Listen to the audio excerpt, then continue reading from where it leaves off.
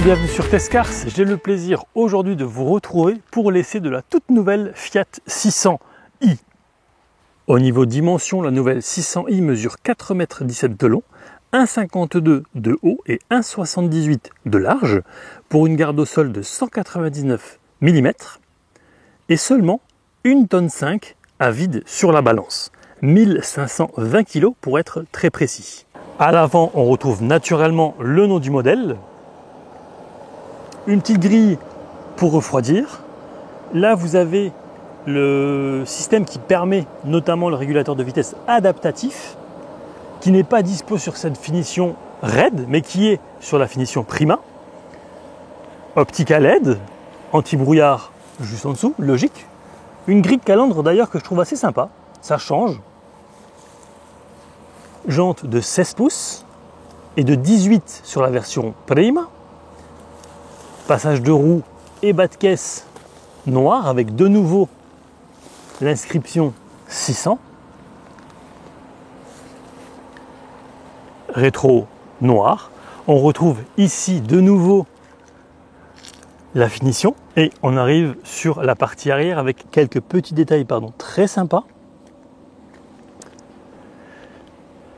Avec notamment les couleurs du drapeau italien juste ici.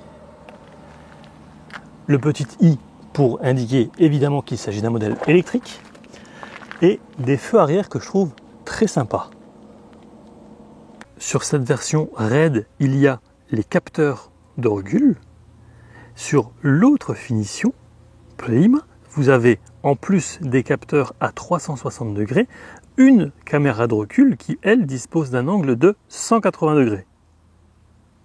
Le moteur développe 115 kW, soit 156 chevaux et 260 Nm de couple. Il s'agit d'une traction qui fait l'exercice du 0 à 100 en 9 secondes. Il y a 3 modes de conduite sur cette 600i, Eco, Normal et Sport. Le Sport, effectivement, va donner un petit coup de pied au cul un peu plus sympathique. La batterie lithium-ion est de 54 kWh et pèse 339 kg. Le chargeur embarqué est de 11 kW. Le véhicule est livré avec un câble de mode 3 pour la recharge à domicile ou dans les lieux publics. Dans cette configuration, une charge complète se fera au mieux en moins de 6 heures et jusqu'à 16 heures. Sur un chargeur rapide de 100 kW, en courant alternatif, le 20 à 80% s'effectuera en seulement 27 minutes. L'autonomie est d'environ 400 km en cycle WLTP et jusqu'à 600 si vous ne faites que de la ville, mais on va rester réaliste et on va dire plutôt autour de 400. À savoir qu'une version mild ou micro-hybride arrivera au premier trimestre 2024 avec à la clé une réduction de carburant par rapport à un moteur essence avec boîte automatique de l'ordre de 15%. Il développe 100 chevaux grâce à son 3 cylindres 1,2 litre, plus évidemment une batterie 48 volts pour des rejets compris entre 110 et 114 grammes de CO2. Autre différence, le volume du coffre qui passe à 385 litres. Lorsque l'on ouvre la portière, vous avez ici la commande pour les vitres et le réglage des rétroviseurs. Ici, le siège est réglable en hauteur. La commande pour le réglage des feux. Et on va s'installer au volant. Oula, il va falloir que je recule un petit peu. Voilà. Alors, vous avez ici les commandes liées au feu. Ici, ce sera principalement les commandes liées au régulateur de vitesse et le limiteur, naturellement. Et là, les commandes liées à la partie audio. L'écran ici est de 7 pouces. L'écran d'infodivertissement, lui, il est de 10,25 pouces. Et on retrouve notamment Apple CarPlay ou Android Auto sans fil. Sur la version Prima, il y a la navigation TomTom avec un planificateur d'itinéraire qui n'est peut-être pas indispensable, mais fort pratique lorsque vous faites de grands trajets. Il y a 6 haut-parleurs et un éclairage d'ambiance perso avec 8 couleurs. On descend un petit peu avec quelques raccourcis liés justement à cet écran. Là, on est sur les ADAS, on y viendra plus tard. Les commandes liées à la climatisation. Les commandes de boîte, donc parking, marche arrière, neutre, drive et B donc pour optimiser la récupération d'énergie. Et ici, on est sur un espace en lieu et place de la transmission de 15 litres. À savoir que quand vous récupérez votre nouvelle Fiat 600, il y aura ici un cache magnétique. Vous le voyez ici, on a une prise USB-C, une prise USB et une prise 12 volts. La commande du frein à main électrique et les différents modes de conduite, donc éco, normal ou sport. À savoir que sur la finition Prima, les sièges sont électriques, chauffants sur 3 niveaux et même massants. Ici, j'ai trouvé le maintien correct, sauf peut-être latéralement lorsqu'on prend des virages un peu vite. Mais soyez honnêtes, le client final ne roulera quasiment jamais comme nous lorsque nous essayons une nouveauté. Sur cette version, il y a le régulateur de vitesse, le frein de stationnement électrique, le freinage automatique d'urgence avec la détection des cyclistes et des piétons et l'alerte de fatigue du conducteur.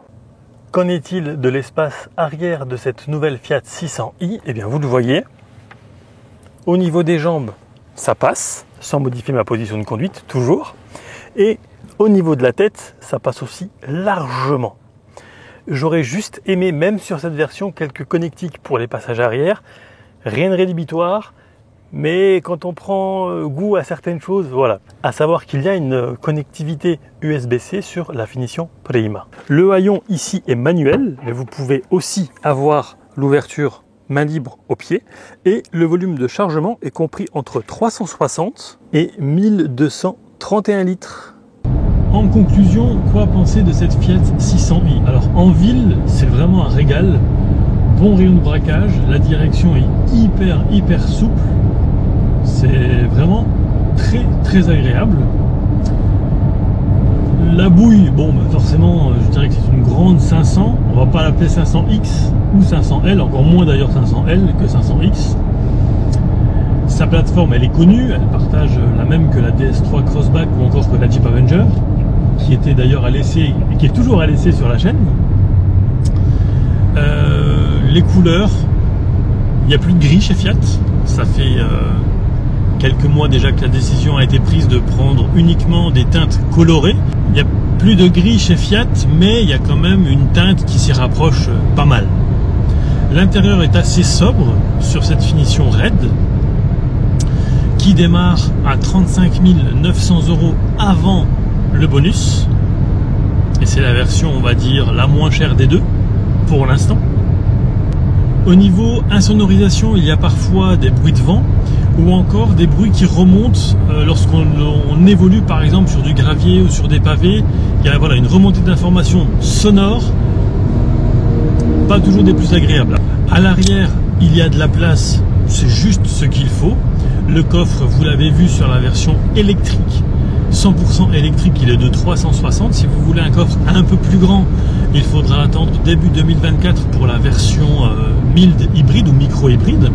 Après, au niveau de l'autonomie, c'est standard, que ce soit sur la i208 ou sur l'Avenger, on est sur environ 400 km.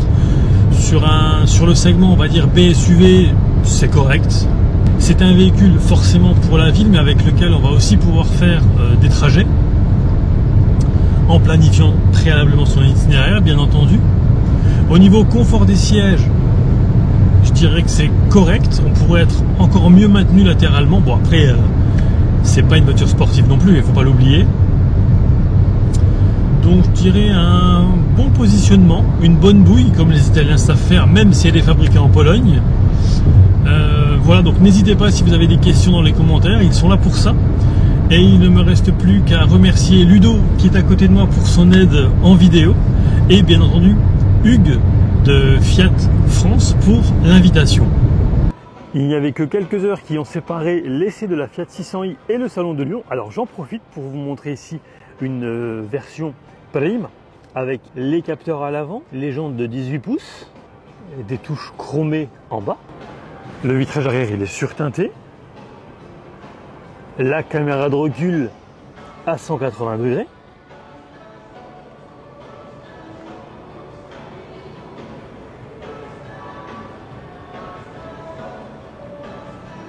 Alors ici on est sur une conduite autonome de niveau 2. Il y a ici le logo qui signifie qu'il y a la détection d'angle mort. Au sein de l'habitacle, vous avez, outre la navigation connectée avec TomTom, le chargeur par induction. À savoir que les 600i bénéficient d'une pompe à chaleur. Et alors là, il va falloir se l'imaginer, mais le haillon est à ouverture main libre, donc on passe simplement son pied en dessous et le coffre s'ouvre automatiquement. Pratique, surtout quand on a les mains chargées. Les sièges sur cette version sont électriques, massants et chauffants sur 3 niveaux. C'est assez dingue de se dire qu'il y a ça comme équipement sur une Fiat. Mais c'est très bien pour le client final. Une sellerie très jolie et je dirais même facile à nettoyer en cas de pépin. À l'arrière, la différence, outre la sellerie évidemment, c'est la présence sur cette finition d'un port USB-C. J'espère que cet essai dans la région de Colmar et de Strasbourg vous aura plu. Si c'est le cas, n'hésitez pas à vous abonner, à liker et à partager la vidéo. Et quant à moi, je vous dis à très vite pour de prochaines aventures automobiles. Ciao!